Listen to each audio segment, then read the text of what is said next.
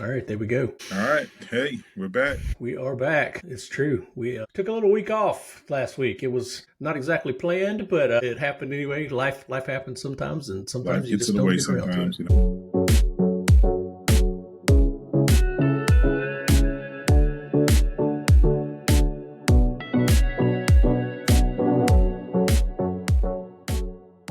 sometimes. So what have you been up to? Have you got any care tech or tips that you want to talk about this week? Well, I was reminded about something that we've talked about in the past about, spam phone calls, but there are other kinds of calls that you can get. Okay. And my mom reminded me of this because things were going off. We wondered what is going on. Her FaceTime's going off for no reason. And we realized the same set of parameters you have for spam calls, you have for spam FaceTime, you have for spam text. And so there are ways to turn that off. So made a little list. Thought I would remind you a little bit how to do that. So blocking unknown callers is, I think we talked about it before, but just to review it real quick, is 4 steps to it. You go on the settings, you download and tap on phone. You do a tap silence unknown callers. It's a toggle, and then you just make sure it's turned on, and that's done. Okay. But you can do the same thing with text senders. And so you go into not phone, you go into messages. And there is a similar tag there that says filter unknown messages and allows you not to get them unless they're in your contacts. Well, that's cool. Make sure you do that. So, and then FaceTime calls are the same way. So you go into, but no, to do that, you have to make sure you go into the FaceTime app settings and do the same toggle. So that toggle exists on each one. And the way to find it is kind of unusual. Since if you say unknown callers, it'll only show you one. Mm-hmm. Say unknown senders, it'll show you one. But if you say find unknown, you'll find all three of them. Interesting. Okay. All right. So that way you can turn them all off. Make sure they don't bother you in any way. And I don't know if you noticed, Barry, but I'm getting a lot more unknown solicited spam text messages. Yep. Me too. Me too. I'm getting a lot of those kind of things, and they're all random things. There are a lot of the same kind of phishing sort of things, like the ones where you've supposedly have not paid your toll when you went through a toll booth area. We went through the toll one in the spam section we did a while back. Yep. I see that a lot too, but I also see just the hello. Yep. And trying to engage you and then to get you involved in ones. And then also you might get something that acts like a person you do know and then eventually get you to ask for gift cards.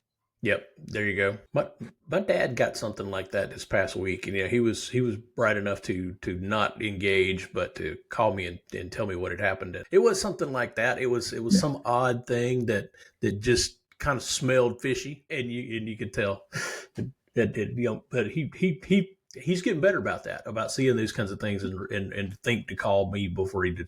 My mom's doing the same thing. She's getting better about it too.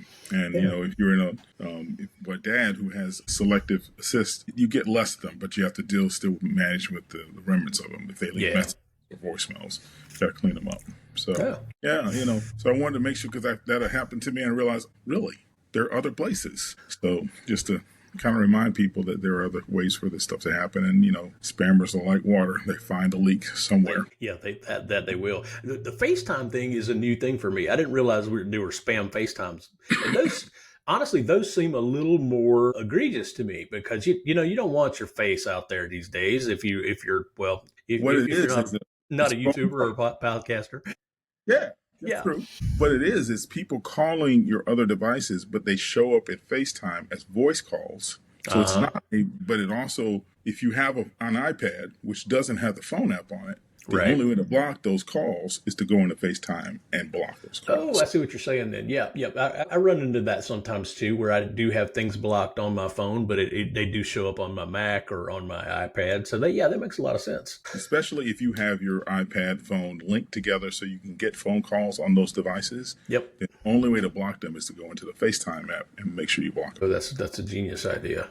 Huh. Cool. Learn something every day. That's one thing I thought so too. I love about doing this. Yeah, that's why I'm getting these calls. So, because I haven't blocked. So y'all, if you're learning this is great. We're learning it too, all at the same time. So, whatever we can do to kind of spread the news. This is good. And I made the notes. We'll format something and put it into the show notes so people can go through those things. It's not hard to do. Just remember, the big thing is search for unknown and you'll get all three of them. Well, cool. Cool. Well, that's great. Well, gosh, I've had some interesting things from my dad this week. I'm really surprised. He called me the other day and he said, "Is there any way that you can help me set up a grocery list on my phone?" And I'm blown away that he wants to do that. And second, I'm like, I can't tell you how long I've waited for you to ask me this question. Finally. You want a list? Does he want a list? Nah, you don't want.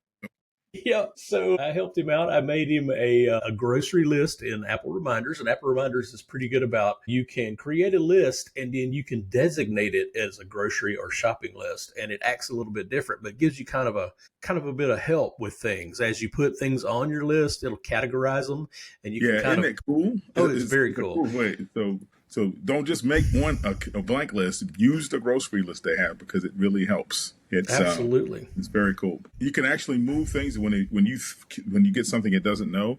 You can actually go into the icon that says information, and you can create a new category and put that in there. So you can extend it. Oh yeah, and it's nice, and we're geeks. We're going to do this kind of stuff with it. But Of course one of the things that I love too is being able to rearrange the categories so that they fit the way I go through my grocery store. Yes. So you kind of get to the next section. You happen to be in that part of the grocery store, and then you can just go start checking things off your list. But anyway, what I thought when my dad asked me that, I was like, one, I could tell him all about reminders and all the things you can do with that. And then I'm like, no, Barry, don't do all that. Make it simple. So what I did was I created a shortcut, an iOS shortcut, and I saved it to his home screen. And all it does, it's a nice little green icon with a grocery cart on it. When he clicks that, it opens reminders directly to his grocery list. And that's cool too. I mean, that just is cool.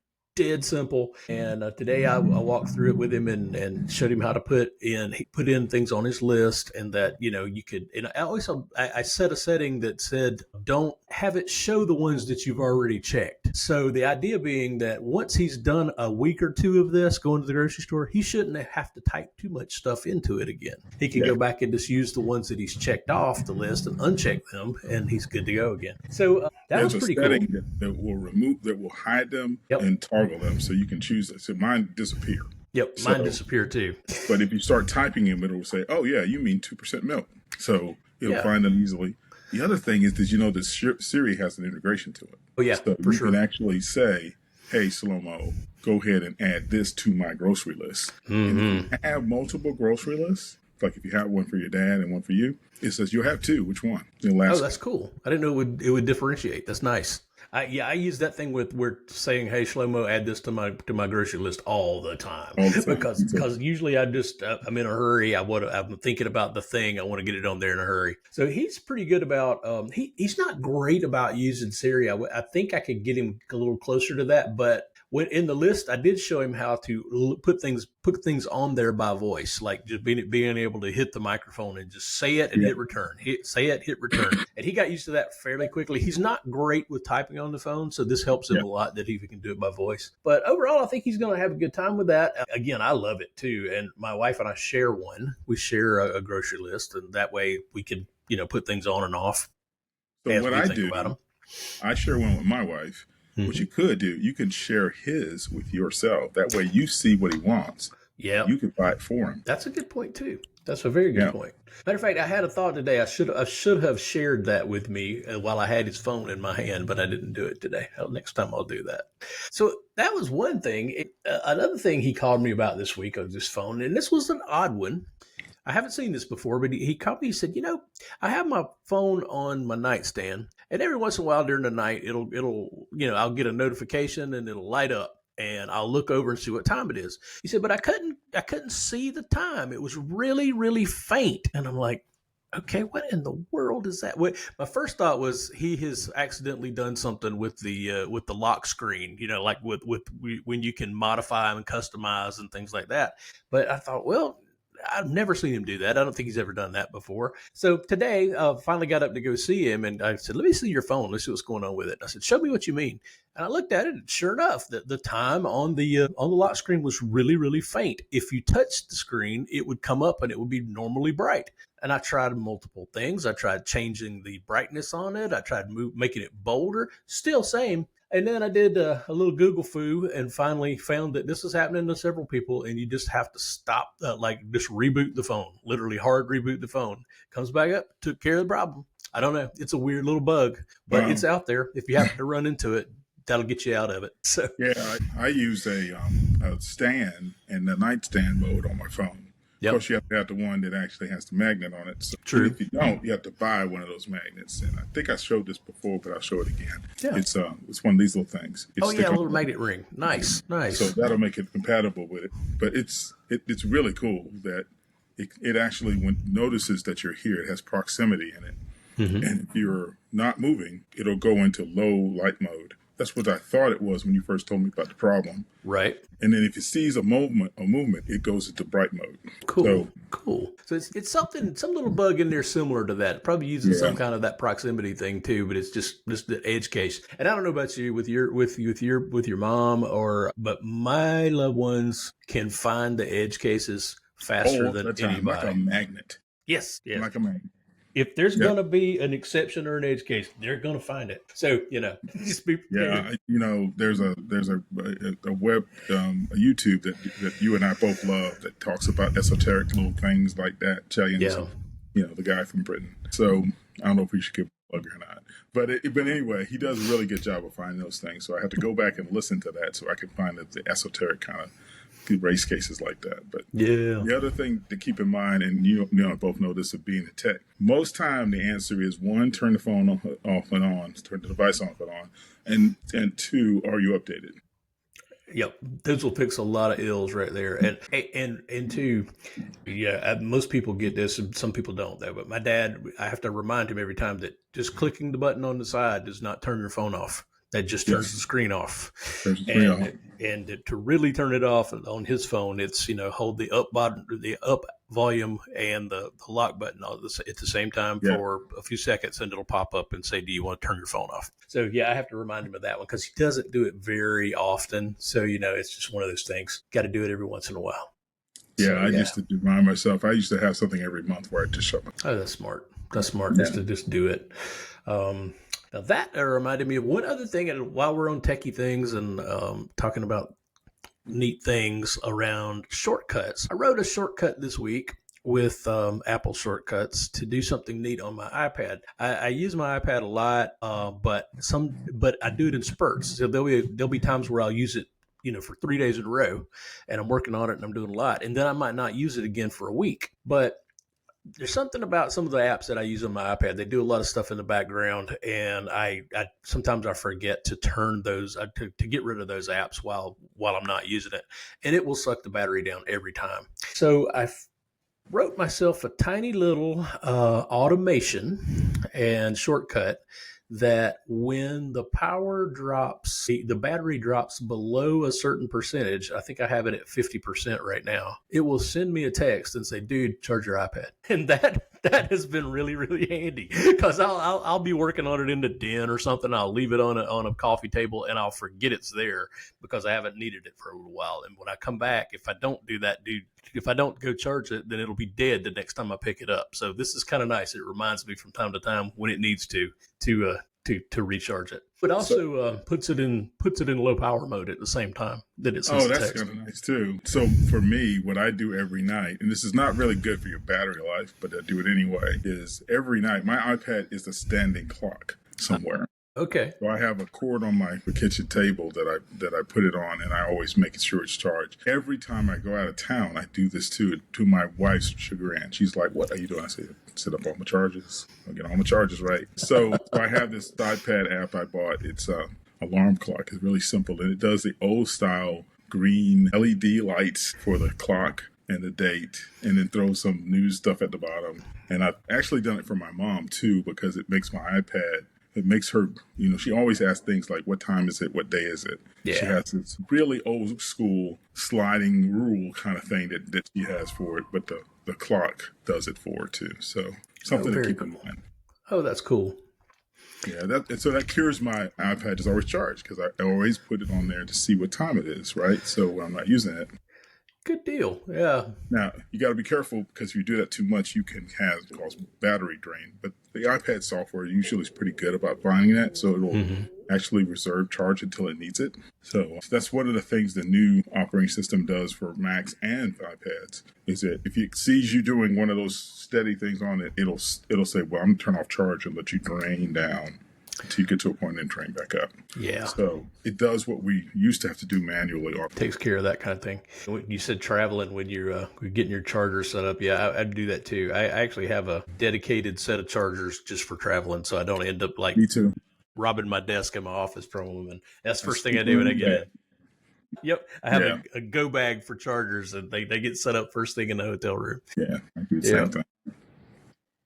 Wow. So I think about some other things. In the past few weeks, you guys have all been very kind to listen to some of my internet fails and aggravations with cell phone signals and all that kind of stuff. And much as I hate to say this, and I don't want to say it out loud too much, but I think I might have some of it solved. It's kind of bizarre, but I won't go into all the details about what I was having wrong with my phones, but I'll just break down and say that the call quality in my house was terrible on my cell phones.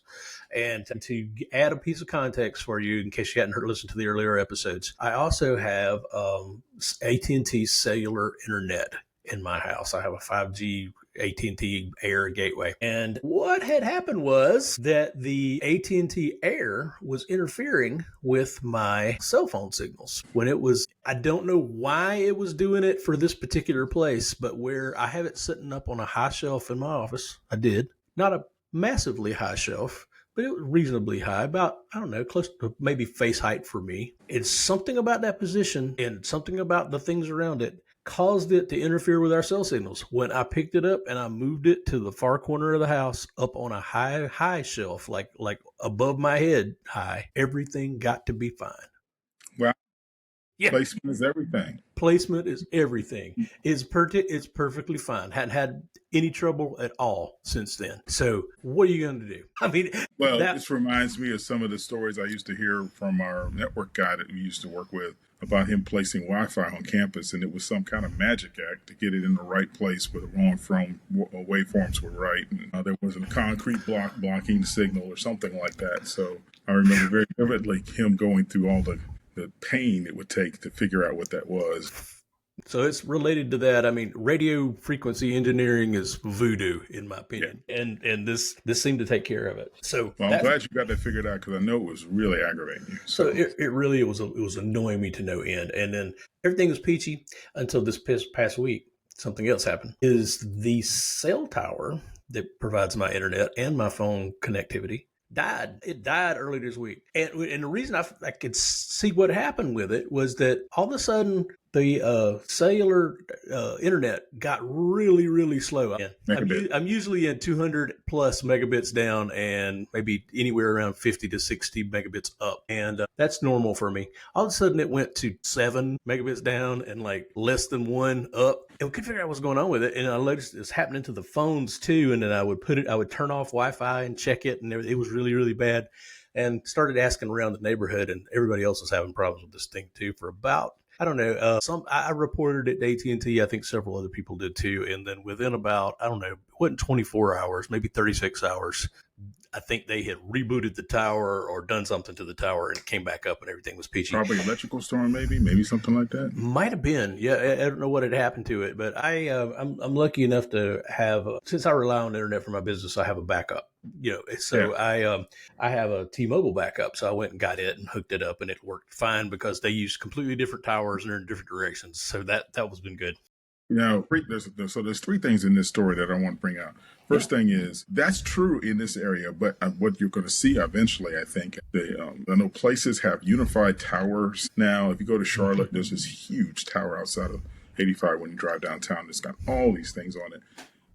So there are a lot of places now that are doing things like putting up a tower that's municipal and saying, you want to get on, you pay this. For rural areas that we qualify for, the communication companies had to do it all. So you'll see a tower per guy. We're probably more likely, as time goes on, you're going to see more of those unified towers come into existence. So that thing that happened to you will probably be much more of a problem for everybody and get fixed faster. Oh, yeah, I think you're right. I think you're right.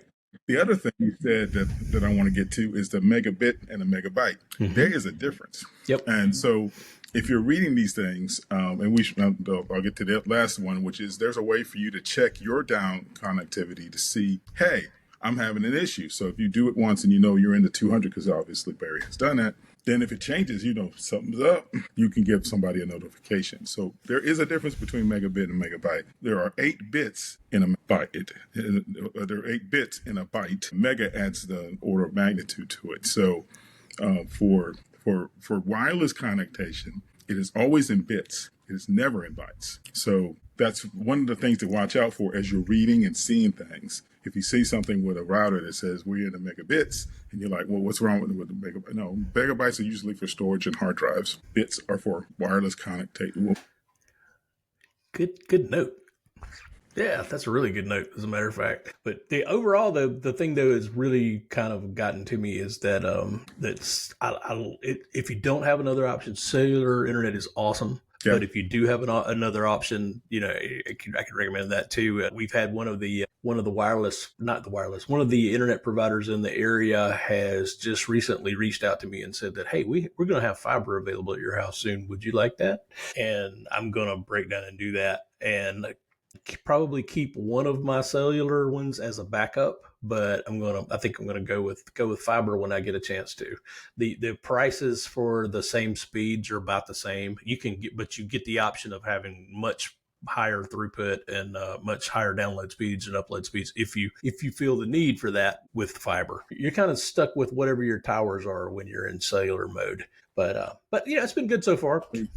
There's probably a show to talk about the streaming options available now, which have Yep. changed quite a bit over the last few years. Like DirecTV is not just an antenna thing anymore. So, Oh yeah. Well, and you know too, that's a thing. My wife and I were talking about how even when your internet access is slow, streaming is still pretty good, and that goes a long way to show you what the streaming services have done, and the TVs and the boxes that you attach to your TVs, what the software engineering has done for those things. In that, it knows that it can figure out that, oh, this internet connection is slow. I'm going to download a whole bunch of it first before I ever start playing, so as to not disrupt the experience. And I think it's amazing how well that really helps if you have inconsistent speeds on your networking. Yep. So often streamers can do that. The other thing is that the stream that usually is accompanied with a stream like that is a different kind of stream than, say, a phone call that requires a lot of back and forth and a quality of service to it.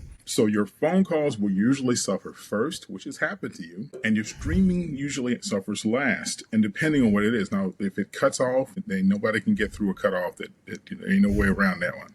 But there's a two-part to the TCP IP thing, and the TCP part can fail, and a stream can actually set that up and still use a continuous stream. That's where it comes from, actually, and not be interrupted, where something else that has a little bit more back and forth will be. So so you can have a situation where your streaming works, but you can't make a phone call. And that's one of the things to talk on that. Or probably for anything interactive, like there's satellite internet, and I'm not talking about Starlink, the new stuff. I'm talking about some of the old satellite internet. It was great if you were just doing streaming, or if you were doing downloading things, or just doing a little bit of web browsing and that kind of stuff. It was perfectly capable of that. But if you needed anything going both ways, so like gaming, especially gaming, legacy was terrible. Yeah, it was awesome. Drive access was not as good. Phone calls, if you were doing internet phone calls, were never as good. So yes. It's not always about speed. It's about latency, and it's about speed up and down as opposed to just down. And it's just stuff you got to look out for. And most connections don't the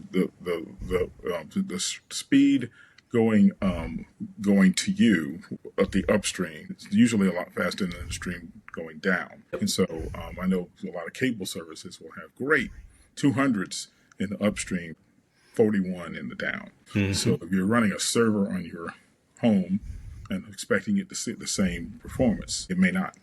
You may get something that does. So sounds like we need to do a connection one on the show and talk. We could at some point in time, and it's all about what you're trying to do with it more than anything, and what works out for you.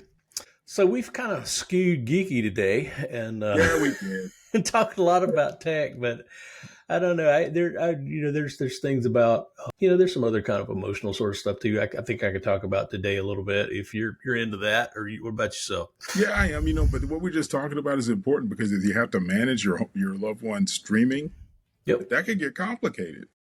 it can. Let me tell you. Oh, I got another one I got to throw in. So I was telling you that we bought my mom a TV, and it was an Amazon Smart TV. So she uses, I'm going to have to say the word. I'm not giving them a plug. I'm just explaining it because this is for those who have it. Spectrum is a very large provider, and they usually have a Spectrum app that's on most of the types of TVs, including Apple TV and Roku and all that stuff. But Right. guess what it's not on? Amazon. Oh my goodness. And so I have had a journey of life trying to figure out how to get a simple setup for mom with this Amazon TV to get to her Spectrum. And I kept thinking there must be a way to sideload this app. There must be a way to download some other app that'll do it. And guess what? Use the cable box connection to Yes, Yep. the Zumo. The $65 Zumo, the one that you can pay $5 a month for, has the Amazon app, the Spectrum app on it, and that's been the change. That's the thing. wow. So another story to that, when I hooked her up, I tried to figure it out. So I'll give her my account for Amazon Prime, try to get on, we'll connect it to my other things. So guess what that does? That means she can hit a show and buy it. And you go past the stream and you end up getting a bill for, VET Plus and History XR and whatever. $85 worth of bills showed up on my bill the other day. I had to go back and realize I had to uncheck all that. So be careful. If she does it again, I might have to set her up in the child mode so I can get permission. But wow, that was the thing. And I wouldn't have noticed if it were subtle and was just the $7.99 one. Might not have thought it. But it came in as 80, and I went, what? I paid for HBO twice. There's no shame or disrespect in putting it in child mode. None whatsoever. Yeah, I mean, because it's just protecting you and protecting them from doing things that they're not sure that they're doing or don't mean to be doing, and protecting your pocketbook at the same time. So watch your stuff. Watch your stuff. Oh yeah, but I've kind of done that with my dad's phone. I have a code on there that he doesn't know his iCloud user ID and password. And that's a good thing because he doesn't need to be accidentally downloading apps and cranking stuff up at that point. I shared my YouTube TV with him, though he doesn't actually watch it because he's addicted to the way Spectrum works for him. In my case, my dad's TV, he uses a Roku, and he does YouTube and he does a few other little streaming things. Roku's have a kind of a built-in app for whatever your cable box connection is, and he still uses his old cable box. So it plugs into the Roku. There's an app on the screen for a cable box, and then he uses his old remote to do Spectrum because that's important. I mean, because those remotes, especially if they call you and you don't know the remote setup, I think we had another tip before that says take a picture of that remote and put it in your phone. Oh, absolutely. Because it's just all right. I'm going to try to be funny here for a little bit, but the thing is it blows my mind that a Roku remote might have 9 buttons on the whole front of the thing.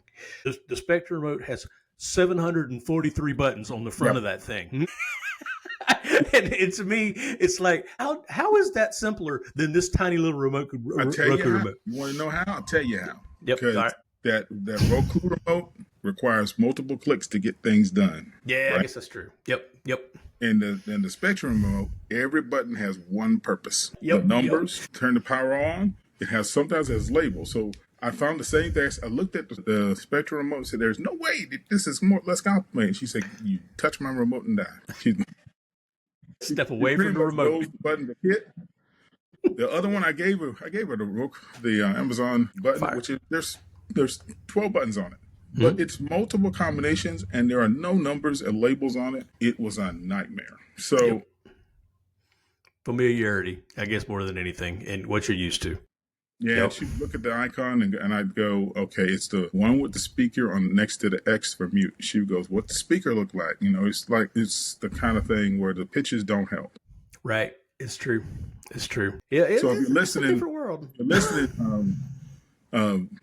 Amazon. All right, I know you want to be simple. That circle in the circle does not help me.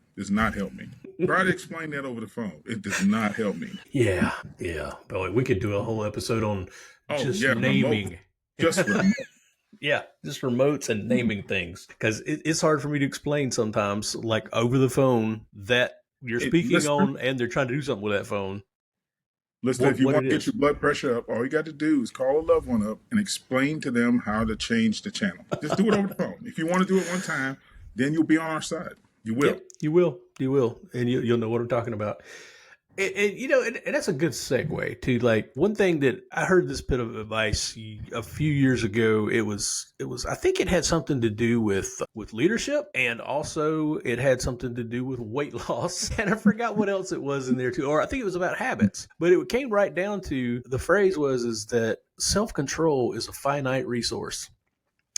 And when I'm dealing with my dad, I love him. He does a great job with all of the stuff, and he tries hard. But some days I just don't have any self control left, and it's really hard when you get yourself in a position like that to help them with what they're trying to accomplish. To do it in a way without being aggravated about it, to do it in a way that you explain it simply, but also not patronizingly, not Yes. too simply. It just feels like a tightrope all the time. And I Yeah. know you've experienced that too.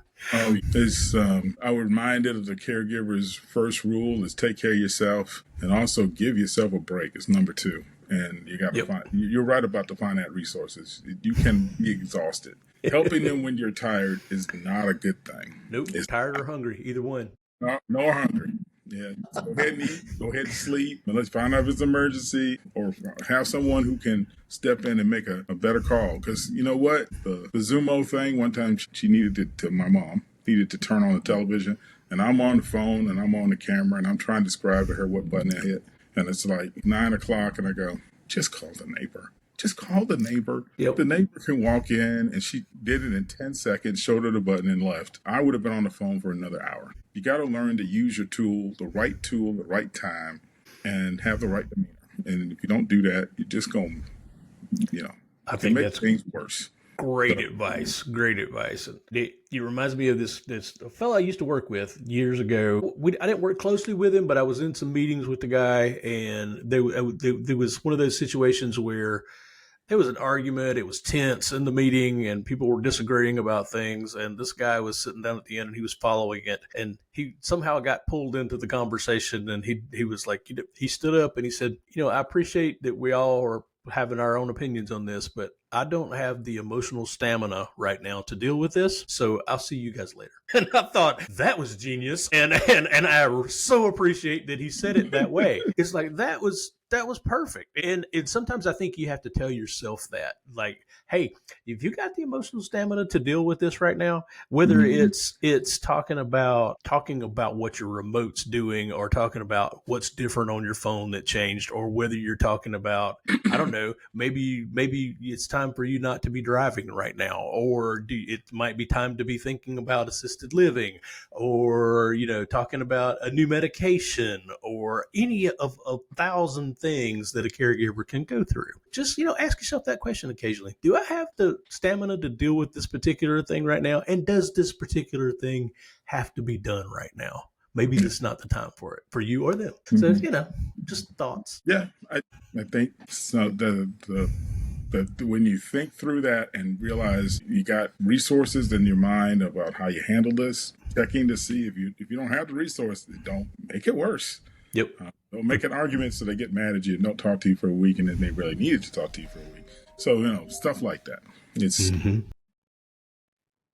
taking a step back is an option. Punt does work. And I think that even applies to like changes sometimes too. Does the change need to happen? Is it, do we need to change out the remotes at this point? Yeah. She's used to that one. That's perfectly fine. In my case, like with my dad, it's like, I like to call it kind of hanging on to old expectations. There's plants around his house that he would like to maintain, but he doesn't maintain, but I end up maintaining because my mom liked that plant. Or, there's things like around the house that he doesn't care a whit about, but my mom liked them, so he keeps them around the house. And those kinds of things. And he's a less tidy person than I am. I'm a fairly tidy person. And then sometimes I think it doesn't matter. You know what it comes to, and today the thought hit me. It's like perhaps my standards are a little too high because it doesn't really Well, matter in the long term. It yeah, really doesn't. the perfectionist dilemma. Yeah. Don't let the perfect get in the way of the good. That kind of thing. Yes. 100%. 100%. So y'all, thank you for listening to us. This is Yeah. a good. We like to say this all the time. This is therapy for us as much as Oh yeah. it is for you guys. So we hope we're helping, but we're helping us too. Yeah. And I think that's a good spot to end up the day on. We're in about 40 minutes and looking pretty good. You got anything else you'd like to talk about? Everybody should make sure that if you like what you heard, grow the community, like and subscribe. Make sure you do that. Turn on notifications so you know about us. Yes, we're a little erratic. We're not every week, but still go ahead and tell us you love us. Give us a comment. Let us know. Let the world know that you like us. So, Because we all need to hear it. That's right. All right, y'all. Thank you so much for coming and spending some time with us today. And we'll be back soon. Take care. okay. Bye, y'all.